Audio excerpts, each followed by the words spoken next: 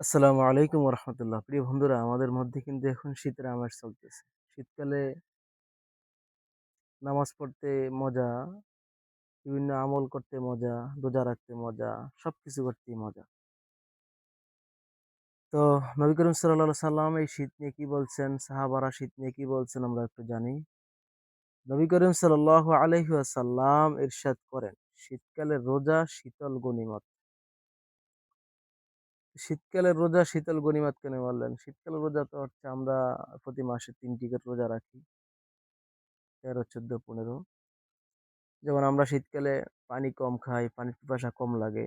কিন্তু গরমকালে পানির পিপাসাটা খুব বেশি লাগে এবং শীতকালে দিন ছোট হয়। দিন ছোট হওয়ার কারণে রোজার যে একটা ধাক্কা, মানে দিন বড় যে একটা ধাক্কা থাকে উপবাসের, ওইটা তেমন একটা লাগে না। কারণ দিন ছোট, এমনিতেই চলে যায়। আব্দুল ইবনে মাসউদ রাদিয়াল্লাহু তাআলা আনহু থেকে বর্ণিত, তিনি ইরশাদ করেছেন, শীতকালকে মারহাবা। তিনি বলেন, শীতকালকে মারহাবা। এতে বরকতের ঝর্ণাধারা বয়ে যায়। রাত দীর্ঘ হয় কিয়ামুল লাইলের জন্য, আর দিন ছোট হয় সিয়ামের জন্য।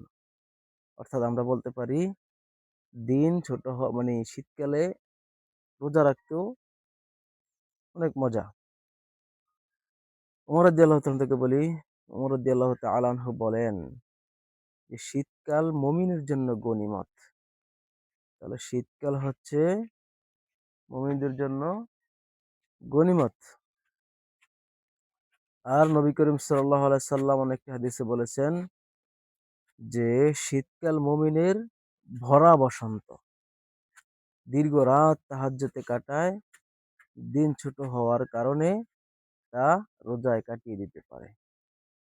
তাহলে শীতকাল মুমিনের জন্য সব দিক দিয়ে লাভ। দিনের বেলাও লাভ, রাতের বেলাও লাভ। তাহলে আমরা বেশি বেশি রোজা রাখবো এবং বেশি বেশি কিয়ামুল লাইল করব, নামাজ পড়বো, আল্লাহ তাআলার কাছে ক্ষমা চাইবো, ক্ষমা প্রার্থনা করব।